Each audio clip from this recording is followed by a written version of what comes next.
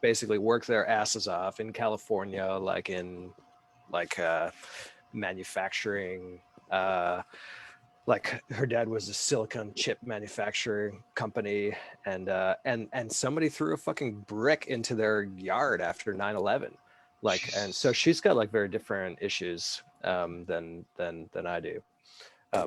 But before I get too personal, I just want to like figure out the format of this. So is it a podcast, or we're live on Facebook now? We are live on now, and then we turn into a podcast later. So, okay, so usually what happens is if we do it live, because then the people come and go, and we'll probably have anywhere between 10 and 50 people who watch live.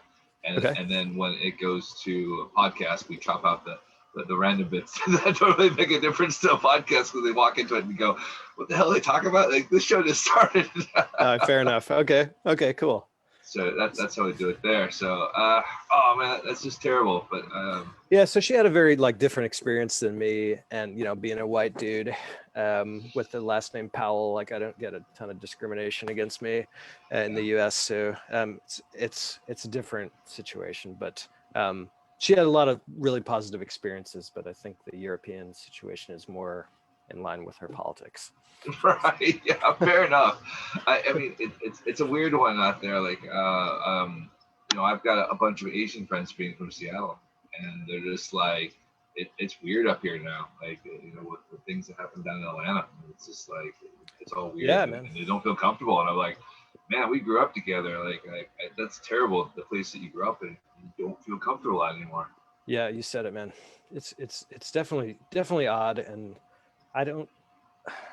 I gotten to the point where like I don't feel like the US that I grew up in is the same US that it is now. And it has, you know, I grew up in that as late as 2016, you know, it just didn't seem that long ago, you know, but it just, I don't know, for some reason it seems fundamentally different. Like there weren't mass shootings all the time. Like there weren't like, it wasn't so polarized. At least I didn't think that it was. And I lived in fucking Washington, DC, you know, I can swear, right?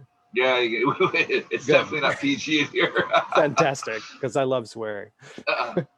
Yeah, see, that's interesting. So, I mean, I had friends that moved out to the DC area in the late 80s, early 90s, and they would talk about how rough Baltimore was, and like out there, and it was like, you know, when the wire came out, I'm like, was it like that? Like, it was like that, yeah. So, it was like there was parts of DC you did not go anywhere near, dude. Totally. My parents lived in DC in the 70s, and they, yeah, I mean, they were like, really, you're moving to DC? And I was like, yeah, and 11th Street, which someone who lived there in, you know, even 2010 would be like, whoa, like you don't want to go to 11th Street. But it's just like, it's really turned over. It's like completely different than it was. And it's really patchy. But yeah, I mean, but that's I guess that's it. Where like I found growing up in the States, most of the part, it's pretty homogenized now. And you go, all right, everything's been gentrified. You can go to the area and it's slowly taken over. Where say you live in the UK now, no matter where you live, there's always a little bit of low income housing somewhere and like that. And you never know you're into it. So you just gotta grow up and go, okay, yeah, that's the council house down there. It's no big deal. Whereas you in the States, you really have to go out and look for those areas to go and run into. Yeah, you said it. Dude, I just got these new headphones. Is the like sound quality okay? I have another set, but I could mix it up if there's a better, if you think that's like a sounding hollow or whatever. No, it sounded fine. John's furiously typing out all these tweets to see that we're going live now, so I can hear you just fine. So it's not a big deal. Where are you from originally? I know you've told me, but I can't remember. Seattle. So I've been in Seattle, and so yeah. So like I said, my Seattle has completely changed. So I left in basically '94. So I literally, you went on my neighborhood and you went straight at the stoplight. You ran into Microsoft main campus. Sure. And if you went left at the light, you ran into Nintendo of America. So my whole area of Seattle is completely different than what I was ever like. I can't even afford the house I grew up in. It's ridiculous, the prices of Seattle, and Amazon's blowing everything up, and it's just like there's just no way I could ever afford to go back to Seattle, and nor would I want to. Like it's in my mind, it's a nice sleepy place, and now it's like, nah, there's traffic everywhere. no, thank you. Like I've driven a car 3 times in the 18 years I've been out here, and I'm like, this is great. And everyone's like, you have a car? I'm like, it's great. 3 times. You are naturalized. Hey, Yeah. John, how are you, man? Hi, Luke. Hey, man, thanks. I appreciate the invite, guys. Thanks. Means a lot to us that you've come on, man. Let's say we get started without any further ado. Let's just jump right in. No messing about. Yep. Hello again, everybody, and welcome to another episode of Ballcaps and Bagpipes. I'm the Glasgow Comets, John McKellar. I'm former league president, Jason Durr. Formerly president and Baseball Scotland Hall of Famer, Jason Durr. Okay, that's fine. How are you, man? How are you doing? We've been having a nice chat with Luke already. There's no need to go into titles and whatnot. I'm just former league president right now. Let's stick with that. Yeah, like you alluded to there, we're joined by a very, very special guest tonight. Glasgow Galaxy legend, I think, is a title that you could probably quite easily be described with. Luke Powell, you're on the show. It's kind of bittersweet, I'm sure, for yourself that you're coming on now, of all times, and certainly for myself as well. It's bittersweet to get you on ahead of what feels like an amazing kind of uplifting time with the 2021 season actually coming, and we know what's going to happen. But you will be, you won't be around in the dark blue this coming season, so it means a lot to me that you've come on to kind of say farewell in a way, and to talk to us about your time playing in Glasgow. Let's introduce you first off. You are, of course, Luke Powell, pitcher for the Glasgow Galaxy. Welcome to the show. Thanks very much, John. I appreciate the invite. You know, I've been listening to the podcast here and there over the years, and I appreciate that you're doing this, and it's nice to come on and contribute a little bit. Amazing, man. So let's go straight into the interview portion here, and let's start with where we usually do, Luke. Let's start with how you started in baseball. Obviously, as I say often, when there's a non-Scot on, I always say the same line, and I've noticed that, Jason. You know, native Scots will realise by your accent that you're not from here originally. Why don't you talk to us about where you come from and how you ended up in Scotland first off before we get into the game? Sure. So I'm a native New Yorker, and like my father before me and grandparents before that, they were born in Queens and Brooklyn. My father's from Queens, and I'm from Nassau County, just in next county over from New York City. But my mother's Basque, so I fortunately have dual citizenship, which enabled my trip across the pond. But little did I know that Brexit was going to happen, and I suddenly wouldn't be a citizen all of a sudden. But nevertheless, when I was a kid, growing up, pretty much everybody played Little League, you know, from the jockiest, biggest kid to the nerdiest little guy who was the least coordinated. And, you know, I was no exception to that. And I think they got us started when I must have been, 5 years old, and they stick you in T-ball and you're hitting a ball off a tee. And if you miss that, you know, it's a proper embarrassment. So you get from that, and then the next league, the next year up, your coaches are pitching to you. So that's pretty good, unless you get one of the coaches that's a little bit more enthusiastic or competitive. We had this guy named Lester Stanko, and he had this really strong New York Italian accent that was incredibly powerful, and everything that he said was exactly cliche, like sort of Godfather-y, whatever. And he used to call me Luca the Duca. And he like, so all the coaches would pitch normal, you know, slow, kind of underhand or overhand, except for Lester Stanko, who is the most competitive guy ever. And he was throwing heat, you know, up and in to all the like 6-year-olds. I remember distinctly, he once said, there was one of the coaches was, I believe it was English, and one of the other teams, and it got heated, and they got in each other's face, and all of a sudden it stops, and it goes, the record scratches, goes quiet, and he goes, "I'll kick your ass, you limey bastard." It was like, oh, and just everybody's like, holy shit. And that must have been 30 years ago, and I'll never forget that line. That's amazing. So obviously you primarily in Scotland have pitched. Were you always a pitcher, or did you kind of transition into that from a different position growing up? I always pitched all the way kind of through, but I was never really a standout pitcher. I was always kind of the more on the crafty side, and sort of like a number 2 or 3 guy. Second base is my natural position, and I played probably the most second growing up. Actually, that was a kind of tricky transition because that's where I feel the most comfortable. But in our league, what is our coach John Tafe likes to say, you're wasted at second base, which I don't agree with, because I think second base is a really underrated position. But he's like, do you pitch? Yeah, I pitch. He's like, all right, you're pitching, and that's pretty much how it goes. I think it's the second question everyone gets is like, where are you from? You're American. Do you pitch? Yeah, all right, great. exactly. I think that's how it pretty much works for every expat that comes over this way. Exactly. So Okay, really soon after joining, it was very clear that I was going to have to be eating as many innings as humanly possible. So it went. So before we go any further, Luke, Graham Nelson has to know, never mind all this Mets or Yankees. Now, I don't think that Graham is going to like the answer to this question, Jason.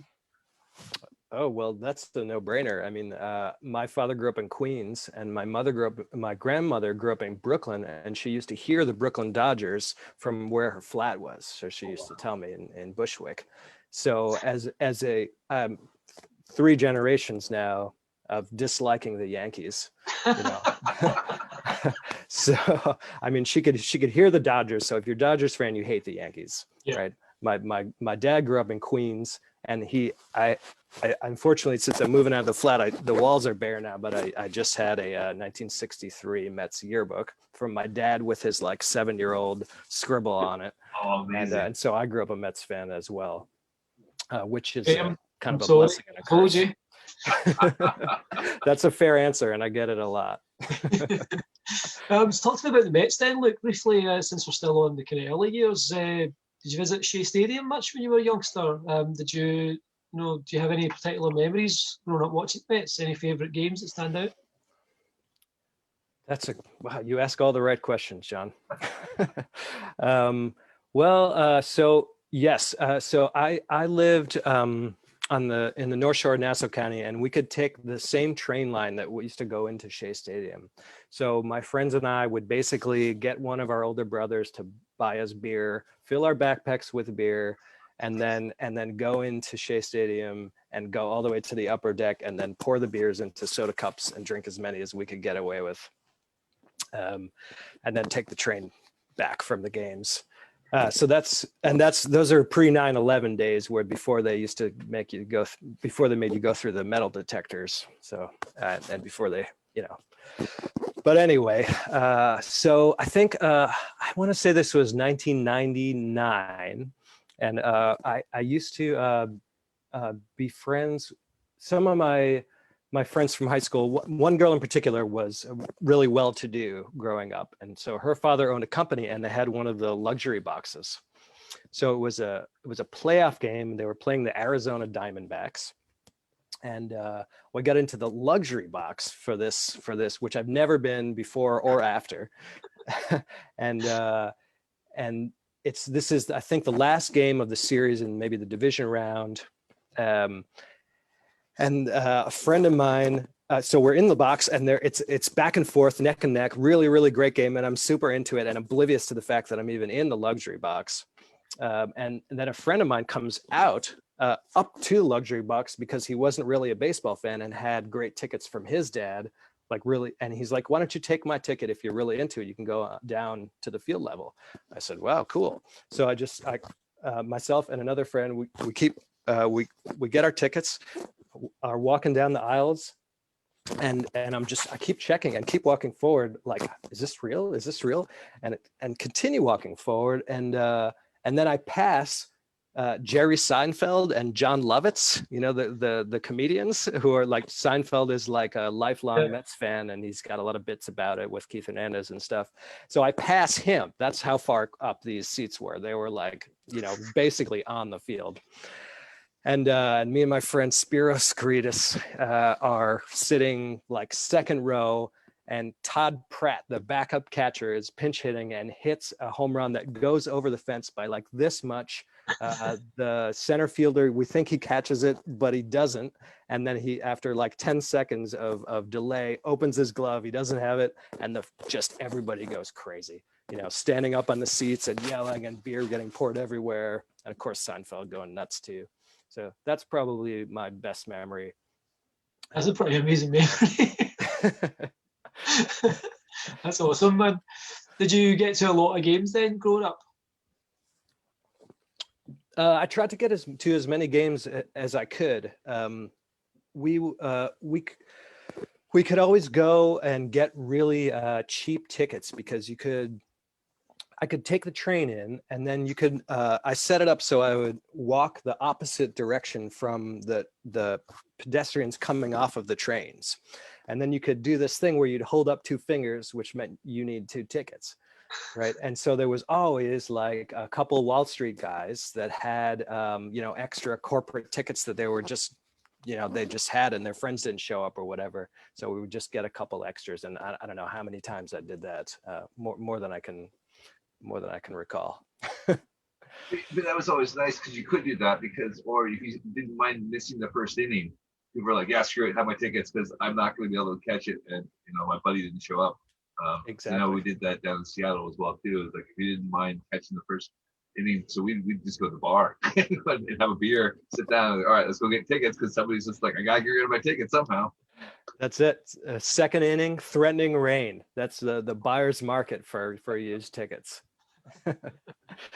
I more times than not, I did that. So I went to school in Boston, to university, and my favorite pitcher of all time is Pedro Martinez by far, because I followed him in Boston in all those years, and then he signed with the Mets just after that, and was still pretty good at the time, at least for another year or two. And so we would do that with Fenway Park as well. We'd go and just basically walk around in the second inning when it was threatening rain and get tickets for $5, so they just give it to us, and just wonderful experience. And then you get to see Pedro pitch, and that's always a win. Yeah, exactly. Oh man, and that was before they did all the renovations on Fenway, I'm assuming, before they started making the Green Monster tickets a thing and all that. Yep, exactly. No seats up there. Yeah, 2003 the seats opened, I believe. I might be wrong on that, but I think it was 2003, because it was after I started watching baseball. I still don't think they should have fans up there, but oh well. Like I said, it's not my stadium, so I can't say much about it. Green Monster is one of those it should be like a protected landmark almost. It's existed for literally like 100 years plus. So I think to add seats to it was kind of just one of those. It was just a decision that was made by corporate people who had absolutely no care whatsoever in the world for the actual history. Yeah. I mean, it's a baseball institution, Fenway Park. And you're just bastardizing it by making any adjustments to it at this point. Just let it fall down naturally, and then when the park actually tells us, I've had enough, then they can sort of change it or build a new one. But for the time being, I don't think it's right to mess around with that. Or the same Wrigley Field. You don't want to add or change anything at Wrigley Field either, because they're just artifacts. They're baseball artifacts, and I think enough of the historical artifacts of baseball have either been changed beyond recognition or removed entirely.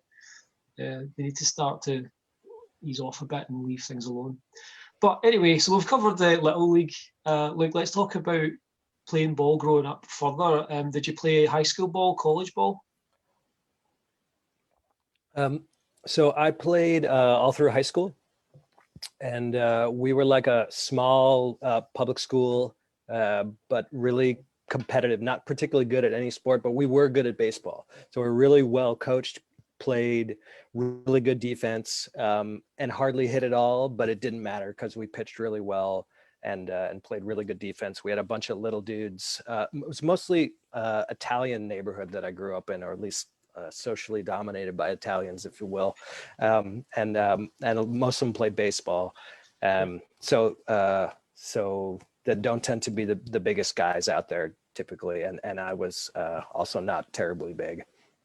And then let's see. So I tried out for my university team, which is Tufts University. It's a D3 school and not particularly known for baseball. So I figured that I would walk on. but I played in fall ball. I think I pitched 7 innings and gave up no runs in fall ball, and then I got cut to my surprise. Uh, but in retrospect, it made sense. I mean, I'm like 5'9" and trying out as a pitcher, and they had recruited a ton of really talented guys. They ended up having a bunch of All-Americans and made the NCAA tournament, had like their home run leader. They had basically their best 4 years of the program while I was there. So, and I think, you know, in retrospect, I sort of like found my profession during that time, which clearly was not baseball. So it worked out, I think, in the long run. Yeah, look at it this way. If you weren't, you know, playing baseball, I mean, you actually could go and watch baseball, being that you're in Boston. So, you know, it's a win-win for you. Yeah, that was a great time to be watching the Red Sox. I mean, they were super, super exciting, playing incredibly like just fierce games against the Yankees during that time. That rivalry was just, it's so intense. And I think I finished in 2004 or 3 or 4, and then I moved back to Massachusetts for a job, and they won the World Series while I was in Massachusetts, and I like hung out on Lancet Street like during the game when they won and stuff. It was awesome. It was so cool. They're sort of like my adopted AL team. And it's allowed. You're allowed to have an AL and NL team. It's one of those things there. I'm a Mariner and Padre fan, so both teams suck. It just doesn't. Sometimes it works out for us. Well, the Pods are looking pretty good right now. Yeah, but I mean, and new owner, a lot of money thrown at problems, you know. And I'm looking forward to see how your owner does as well too. Because I thought the most interesting thing about having this new owner is they told them don't spend so much money because you're the richest owner out of all of us. That was their advice, huh? Yeah, they were worried that if they had him in because he has so much money that he would shift the balance up to every other team. They'd have to compete with him because he has. I can't remember how much billions he was worth, but you know it's enough to makes him the richest owner in baseball. So it's 14 billion, but who's counting? Yeah, 14 billion. Yeah, he only spent 1/7 of his worth on the team. You know, that's all. Yeah. So this guy kind of touches my heart. His name is Steve Cohen, and so he grew up in Great Neck, basically a couple towns over from me, taking the train to the games, and he he gave kind of he had like a sort of Zoom press conference when he bought the team, and he just like opened it up with more or less what I told you guys, like, hey, I grow up, you know, going to the game and packing beers in my backpack and taking the train, and I was like, oh my god, this is one of us. This is perfect, except you're worth $14 billion and you can buy all the best players. Exactly. But I mean, I think that's what they need. I miss baseball owners that were fans. It's become too corporate now, and it's just like, okay, yeah, well, we're gonna raise the prices of the parking there. And this guy's like, no, I'm a fan. Like, I have the what is it? It's the Bill Buckner ball. And he's like, oh yeah, it's just right here. I got that. Yeah, here you go. Yeah, that was cool. I'm a fan. That impressed me. Look, while we're on the subject of Steve Cohen and the new Luke Mets, obviously you guys made quite a few very high-profile acquisitions this past off-season. There were some pretty high-profile misses, though. Do you have, from your perspective, a white whale among those free agents that the Mets didn't sign? Wow, you do ask the good questions, John. Good one. Well, so perhaps you might be referring to Trevor Bauer, who I think I don't particularly like, and I like that they didn't sign him. Right. He's like I personally like I like being entertained by baseball. I like I don't, maybe this is a recent realization, but like the MLB is the entertainment business. You know, like we're paying to be entertained, and Trevor Bauer is I guess he is entertaining, but for all the wrong reasons for me. I like to watch players like Jose Reyes that are smiling all the time and joking around and having a good time and remind me of when I was, 15 years old on a Sunday afternoon in the heat of the summer, just messing around and ribbing my friends, Yeah. And I definitely don't get that from Trevor Bauer, who's making more than $1 million per start. And, what is it? He's making, is it He's making 10 grand per pitch. We figured out in the car ride to Tollcross Park this weekend. 10 grand per pitch. So yeah, I mean, Bauer is not somebody that I would have signed. I would have liked to have a real center fielder, but I don't think Jackie Bradley Jr. was the answer either, because the Mets have Brandon Nimmo, and he's fantastic. I mean, he just gets on base every single time, and either he does that or he hits a home run or strikes out, and that's okay with me. So it kind of didn't fit with it, without the DH in place, which probably will be in place next year. Without the DH, there wasn't a spot for a center fielder with the current lineup. So you wouldn't say it, Luke, so I will. Trevor Bauer's a douchebag. He's entertaining though. Like I said, baseball needs a heel. He's an absolute douchebag. I'm not saying he's not a douchebag, but And he certainly, in my opinion, is not worth $40 million for 11 starts last season. I mean, come on. Yeah, he's a douche. There's no question about it. He really is. Teaport Baseball Club has said, "Look, you mean you don't make 10 grand per pitch?" I mean, he certainly pitches like it, but no, unfortunately, I don't think anyone in the league makes anywhere near that. I mean, we've got an ex-president in the league here. Maybe we should take it up with him. Graham Nelson comments, "I hear he has sticky balls." What Trevor Bauer decides to do with his agent is his and her business. Thank you very much. Stephen Evans says, "I do like the behind-the-scenes stuff from Bauer on his YouTube channel. Fun to see some of the stuff they do, but from a player's perspective. It's a different view. Interesting." Somebody's saying his YouTube videos, I must have a video editor, and they're showing more of it now. It's entertaining there. I think it's, I think he's one of those people that's a personality I could care less about, but it's cool to get that scene of what's going on back there. We normally don't get it. Yeah, I think when he was doing all this stuff with Driveline, I think it was interesting from a pitcher's perspective to see what he was doing to improve himself, and that was really cool.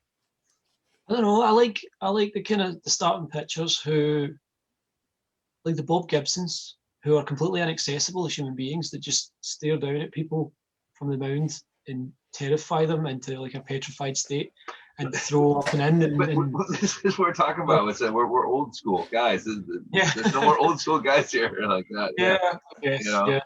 Everyone's friends now. You don't throw anyone's head anymore. Everyone's friendly. There are still some who are kind of a bit frightening up there. Nowhere near to the extent that they used to be, even when I was a youngster. So yeah, but I get what you're saying. He is entertaining to some degree. I just think that overall he's entertaining. Like Luke, I think hit the nail on the head. He's entertaining for all the wrong reasons. He's headline news, but maybe not. All right, we'll move on from this. So, let's move on. Let's talk about. So, who is your favorite Met of all time, and who is your current favorite Met? That plays out there now, because you always have a bit of both. I mean, Pedro Martinez, hands down. He was my favorite Met before he was a Met. The dude. I mean, for me, I was always a little guy who was pitching, and that was just an inspiration. He just making all the biggest, roided up dudes look awful, making them look like fools, and doing so like with style and having fun doing it. That was just incredible. Those seasons that he had in the late 90s, early 2000s are among the best of all time. And if you Google Pedro Martinez fingers or Pedro Martinez hand, it's like his index finger and middle finger just bend at this ridiculous angle. And like in retrospect, that must have something to do with spin rates, that he's able to just whip the spin on the ball like nobody else could. I mean, he was throwing changeups that looked like a left-handed curveball, just hard sinking and sweeping action from left to right. And it's just an inspiration. And then current Met, Brandon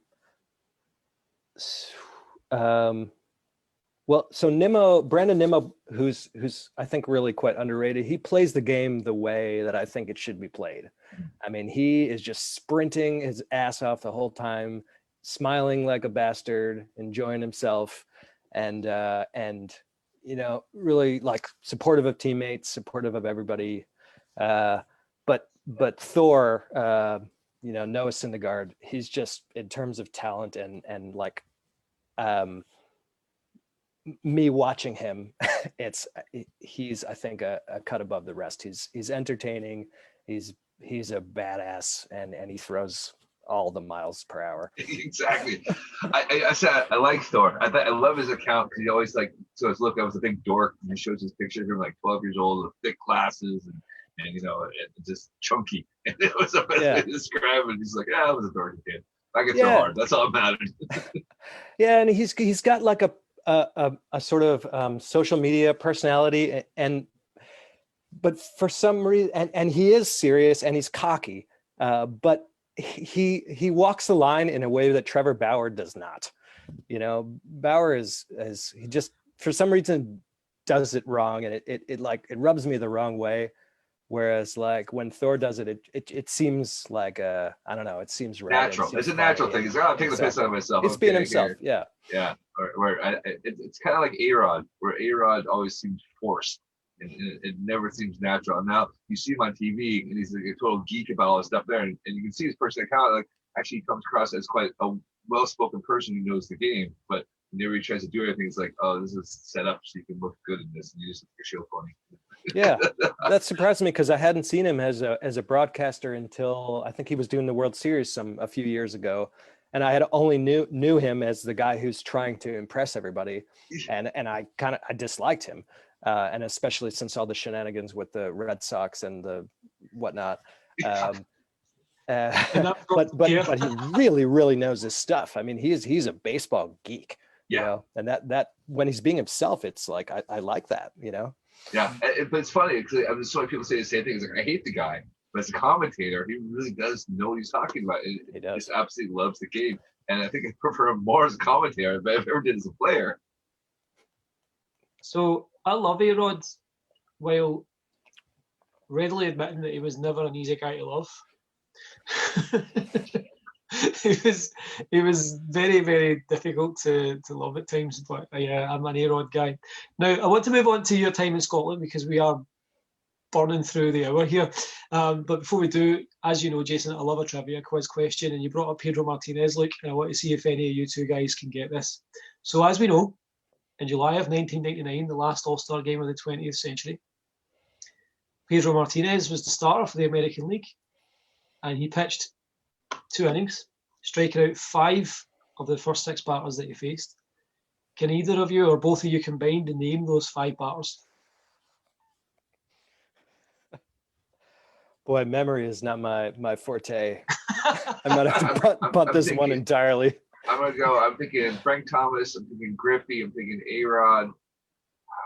What else is going to be out that way? It's worth noting that Pedro pitched for the American League. Ah, shit. Yeah. That's right. Okay. I stuck. Well, Griffey was probably the NL at that point. Shit. It was at Fenway as well. Would have been Gwynn. So Piazza must have been in there. Surprisingly not. I'm very surprised that he wasn't. Mo Vaughn? Mo Vaughn was playing for the Mets by then. Then he wasn't in the All-Star team. Yeah, but he was still good. The Red Sox were very wet. Oh gosh. Oh, McGuire would have played in St. Louis. Sosa. Yeah. McGuire. Yeah, McGuire. Bonds. Sosa. Must have been Bonds. Nope. Must have been hurt that year. We've got 2 of the 5. We've got Sosa and McGuire. And Caminiti. Thinking that'd be a third base. Nomar Garcia-Parra. Nomar. Nomar played for the Cubs, so I'm throwing everything I can think of. I think Garcia-Parra was on the field at the time with oh man. Oh. It must, one of the Rockies for sure. There's always at least one Rocky in there, like Todd Helton or somebody like that. Not quite. I guess they're all Hall of Famers. Is that what it is? This guy is a Hall of Famer. Bagwell, Biggio. Bagwell's 1. 2 more. I'm trying to work my way around the diamond to figure out who. Well, just look at your baseball cards. It'll come up Yeah, eventually. exactly. It's like, what do I got here?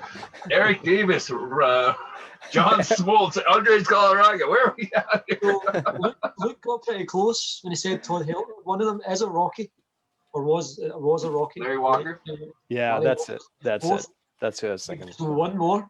Now this last one, I was surprised by when you consider some of the names that would have been starting All-Star games around that time. That's What not much of a position? clue. And I mean, this was 5 of the first 6 batters of the ball game that he struck out. John Olerud. He was, Although I think he would have Good been the guess. next time, wouldn't he? I'm trying to think. All right, I'm working my way around the infield. Who am I missing? You're stumping me here. I love it when I stump Jason. So I want to say it's like a third baseman or something like that. It is an infielder. Oh, Ryan Oh. Sandberg. Ryan Nope. Sandberg. It's a Hall of Fame infielder. Can I phone a friend? If you think it will help, go ahead. I'll give up. I won't waste valuable time on the show going, I can't remember. Do you want to have a go at the last one? A Hall of Fame infielder, Luke. Beats me, man. Memory's not my game, I tell you. So the 5th of the 5 is Barry Larkin. Oh, there we go. So there we go. That's late for him. That All must right. have been his last hurrah. Let's The move on last- to The 8th and 9th batter there were someone you never. It was Jeremy Burnitz and Jay Bell. So Jeremy Burnitz. yeah, He was a Met, wasn't he? Yeah, briefly. Yeah, Burnett's and Yeah. what was it, Brewers maybe before that? So Burnitz was a Brewer at that time, and then Jay Bell was number 9. Piazza was the 7th batter there. So yeah. Oh. So what? Larkin, Walker, Sosa, McGuire, Matt Williams for the D-backs, Bagwell, Piazza, Burnitz, Bell with Schilling starting off at the Phillies. Interesting.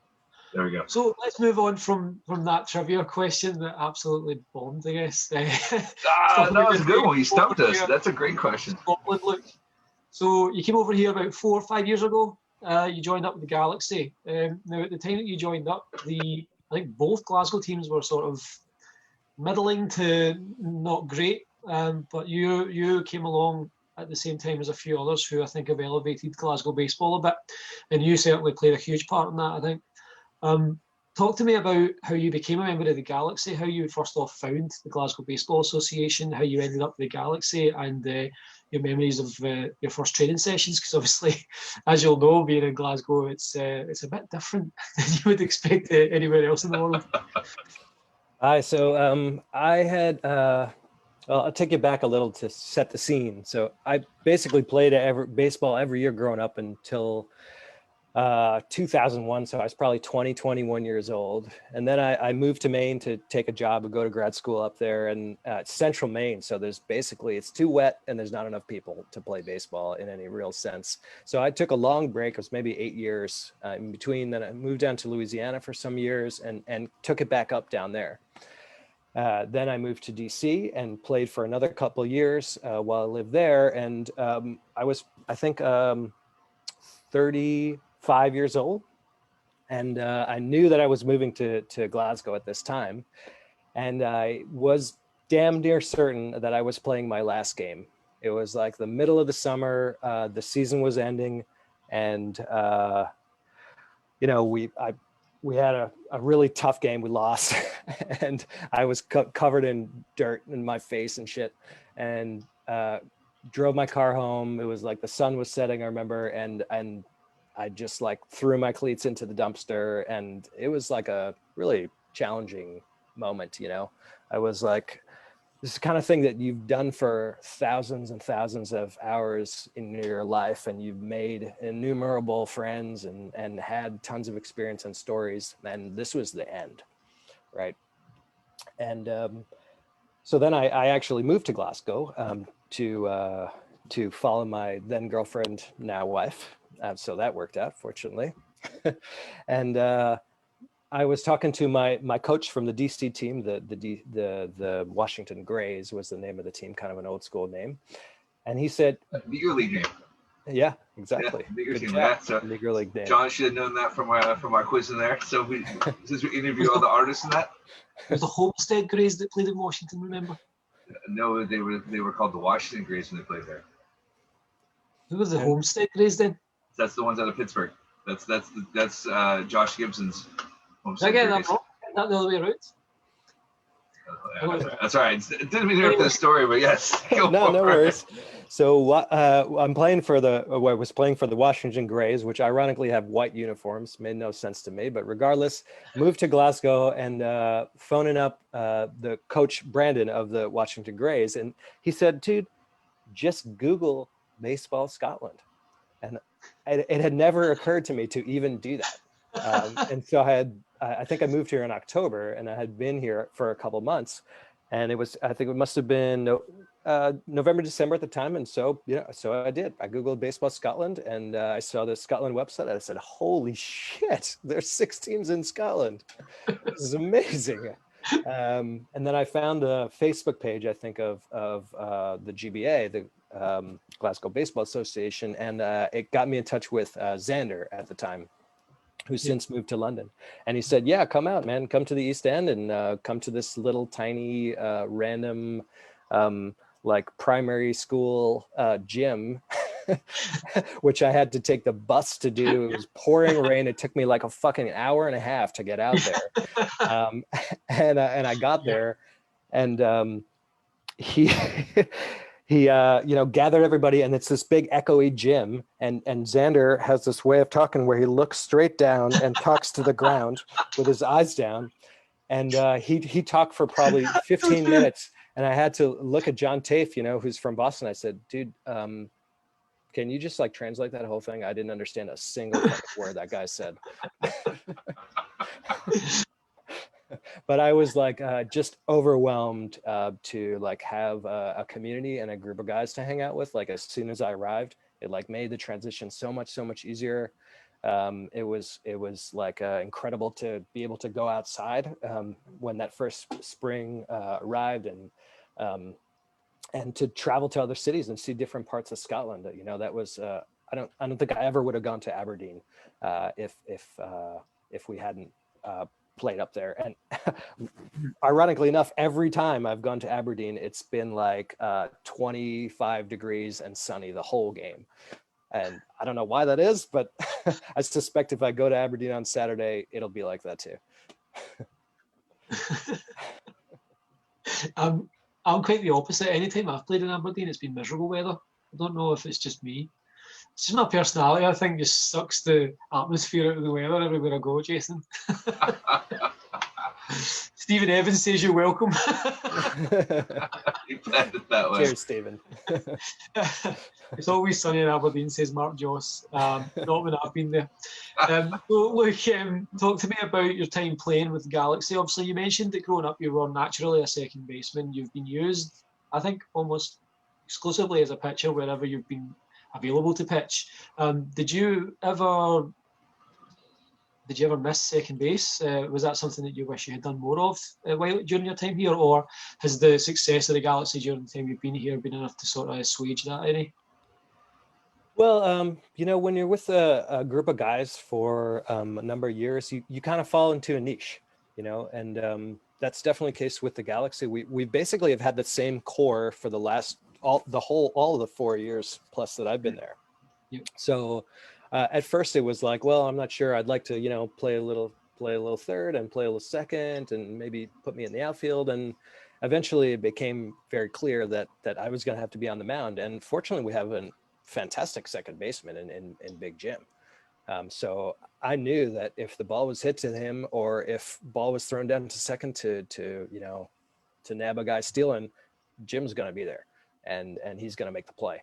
So that gave me a really good confidence that, if someone's in like a position or a place in anywhere in life where you feel like you can do better, that might itch you, but that was absolutely never the case with us. I feel like we all kind of settled into our roles, and in large part that's thanks to John Tafe. I mean, he has a real natural calm to the way that he organizes things. You know, he's on it and organized and gives you confidence, but he's also has a way of just keeping everything calm and cool, and that you know, spills over on the team, and it definitely spilled over on me, and I appreciated that. I think early in the my playing with Glasgow, I you know, just I could strike guys out, and that's what I wanted to do. And he was like, listen,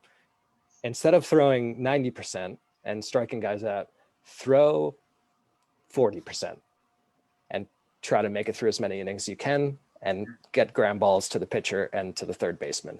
And it took me about a year and a half or 2 years to actually implement that, but because maybe too much pride, but he was 100% right. And I'm really glad that I did. But yeah, that was, you know, I think his wisdom has been really, really important, and I appreciate his guidance. It's a tough one when you know you got to throw 200 balls a game. You're like, okay, let me ground balls to that kid in this inning, try to have how many pitches there, because you know it's like, well, they know what's coming in, so you're like, I got to survive. Yeah, you said it. Just eat up those innings, and it's a balance, because if you're not striking guys out, especially on our shit infield, like even if you have, you know, Ozzie Smith out there, it's still going to take a lot of bad hops, and so you got that to contend with. So. It's a hard balance. Now, Luke, during your time with the Galaxy, 3 league titles in a row, a Caledonia Cup, and I believe either 1 or 2 Glasgow Cups. I know that cup was discontinued for a few years. You've had a very decorated time playing in Glasgow. You were the primary pitcher for pretty much most of that run, if not all of it. How did you keep motivated as the success kept coming? Was it enough just to show up and think, you know, another title, but, or, you know, was there some way that you changed your approach each year to keep things fresh, to keep things moving, and keep yourself motivated to do better? Hi. Well, until the last year, we hadn't won the cup, so we.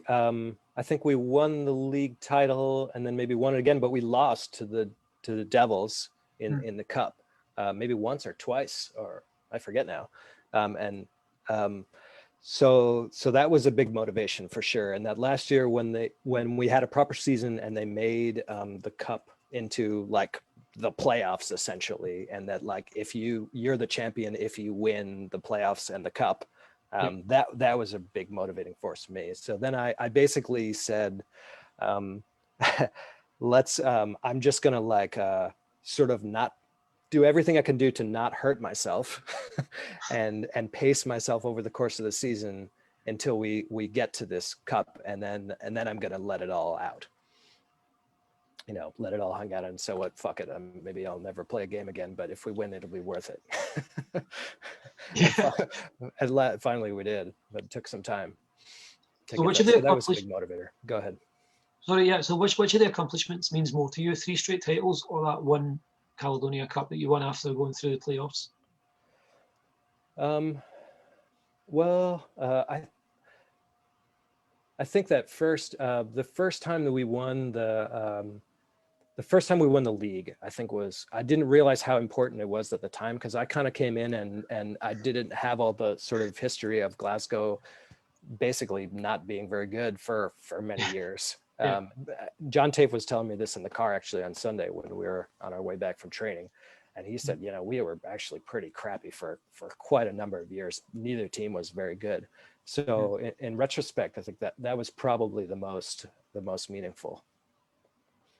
But there's nothing like, you know, the winning a single game. You know, the league win, like you're sort of clinching and other teams are losing, and then you kind of get in, and it's not like you know, it doesn't happen all at once. And there's something like special about winning that one final game, which I had never done since I was like 8 years old. I hadn't like won a championship game since I was like a proper little kid. So I don't really remember that feeling very well in it, but it was pretty wonderful. Yeah. I had never tasted that feeling at all until last year when we won the City Cup, and that's not even really an official trophy. But I know what you mean. That winning You that set the bar that really feeling- low, John. Like, that feeling of winning a cup final situation is like no other feeling. So I absolutely agree with you on that.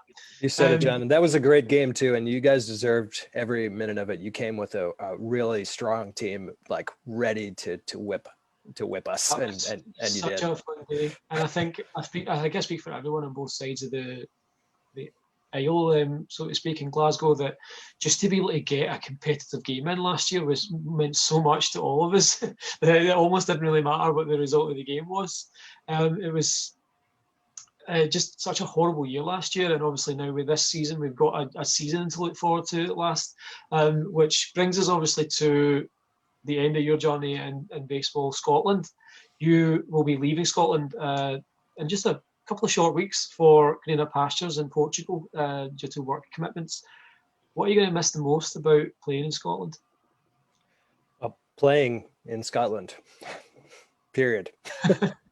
Like I'll probably have the same ritual where I take my cleats and throw them away in dumpster, because if I'm fortunate, we'll have a couple of sort of official or unofficial derby games these next 2 weeks, and I'll be able to at least play a little bit these next couple of weeks. But yeah, just like you come to take it for granted, going outside every Sunday, every Thursday, and hanging out with the guys and doing your thing, and the sort of camaraderie you build, with John Tafe, with Jacob Wright, and the things that you learn together. You come to sort of take that for granted, and I will absolutely miss that.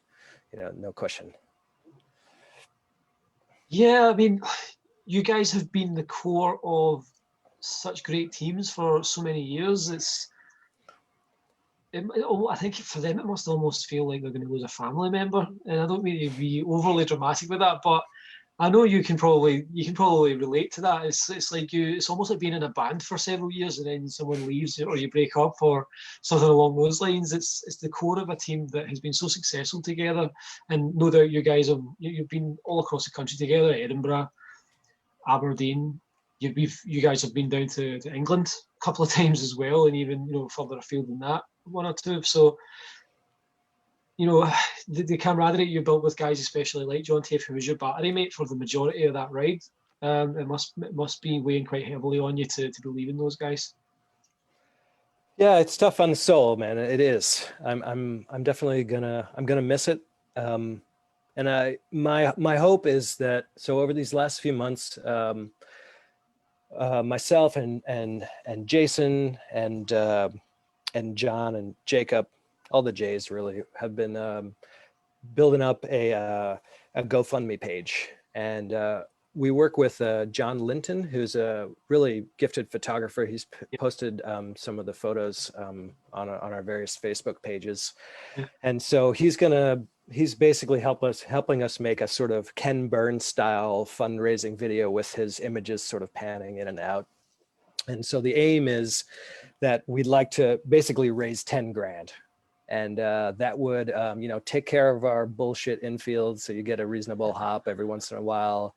We would give some dugouts so that we could, have ourselves a bit sheltered when it rains, not if it rains, and have like a storage container and a mower so we could mow the field more than once every month, this kind of thing. So I would, we've been chipping away at that pretty hard over the last few months, and I would love that for to be something like a legacy where, maybe leave with the best field in Scotland, but just after I leave, it'll be the best field in Scotland. Well, look, hopefully that'll be the case by the time you inevitably come back to Scotland to accept your Hall of Fame induction, which I think has to be inevitable after the run you've had in Scottish baseball. And I mean that without a hint of hyperbole.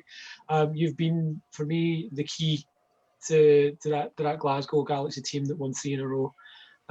Your impact on the Galaxy made us better, because we had a group of rather inexperienced guys and a couple of guys who had a bit more experience, But I think that your presence in the Galaxy and the way that you lifted the people around you made us motivated to be better and made us try harder. So I think that I speak for everybody on both sides when I say thank you so much for everything you've done for Glasgow baseball. You've been amazing, and you're going to be missed by the Comets and the Galaxy alike. You've been a leader. You've been a great teammate to those who you've played alongside, and you've been an absolutely fantastic opponent to face every year. So I just wanted to close up by saying that. That means a lot to me, John. Thank you so much for the kind words. I really, really appreciate it. It's been really an honor to play with all you guys, and I will miss it like hell. And once the flights come back, I'll and the pandemic settles down, I'll do everything I can to come back and make a cameo appearance, hopefully under the dugout on the pristine green grass infield. There'll be a GoFundMe page set up to fly you back every weekend so you can play some games. I'd love that. Our dream is, maybe we raise $4 or $5 grand between us, and then we somehow get a hold of a Major League Baseball player of Scottish descent to take us over the top. Just imagine Jay the Bruce Grounds at Tollcross Park. There we go. Has a nice ring to it, doesn't it? Yeah, because I think somebody already stole Bobby Thompson field. Don't know anything about that. That was before my time. His own hometown, Parkhead, of naming the field after him. So Luke, again, thanks so much for joining us. It's been an absolute blast to have you. We were supposed to talk about the schedule release, Jason, but we'll have to wait until next week because we can do next week. That's fine. We are got plenty of time there. But before you go, Luke, again, we only faced each other, I think, for a year. You were a great competitor. I had a lot of fun playing against you. It was fun to see someone throwing hard after seeing everyone else throwing 60 miles per hour. So it was a bit of an adjustment, but I enjoyed playing against you. But the real question is, have you Googled baseball Portugal yet? I don't have the heart, man. I don't have the heart. Maybe you do it for me and fill me in. Thank you so much. And thanks to everyone who's joined us tonight. We will be back in 1 hour, T-1 hour, with an NLBM art show. We've got all the Jasons tonight. We have Jason McKinney of Hall of Fame Replicas, and Jason Schwartz of Heavy J Studios is coming back on the show. He's Jason there. Jason's son Jason on Twitter tonight. For one night only, we are all Jason. Luke, you've been Luke Powell, and you've been an absolute pleasure to play with, and it's been great having you on. Thank you again. We will be back to you out in Portugal, yeah. Yeah, all the best, mate. Pleasure was mine, John, Jason. Thanks so much. No worries. Bye, everyone. See you in an hour. See you in an hour.